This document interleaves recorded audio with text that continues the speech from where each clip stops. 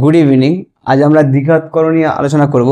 এখানে 0 রুট করলে কি হয়? 0 হয়। আর 4 কি একটি পূর্ণবর্গ সংখ্যা, 4 রুট করলে কি হবে? এখানে 2 বেরোবে। এবার আমরা যদি দেখি এখানেতে √3 √5, এখানে √3 কি বিজোড় সংখ্যা এবং তার কি কোনো স্বাভাবিক সংখ্যা কোনো মান বেরোবে না, তাকে এগুলো কি বলে? শুদ্ধ দ্বিঘাতকরণী বলা হয়। আর যখন এই দুটো সংখ্যা দিয়ে যখন কোনো করণী তৈরি করে তখন বলা হয় মিশ্র দ্বিঘাতকরণী। এবার আমরা দেখলাম 8 আর 32-এর আমরা এবার বর্গমূল বার করব। 8-এর বেরোলো 2√2 আর 32-এর বেরোলো হচ্ছে 4√2।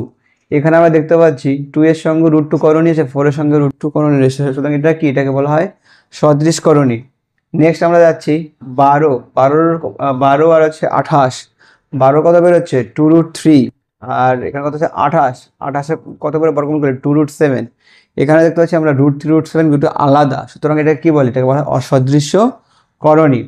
এবার আমরা সরল করবো। এখানে লেখা আছে √12 √18 √27 √32।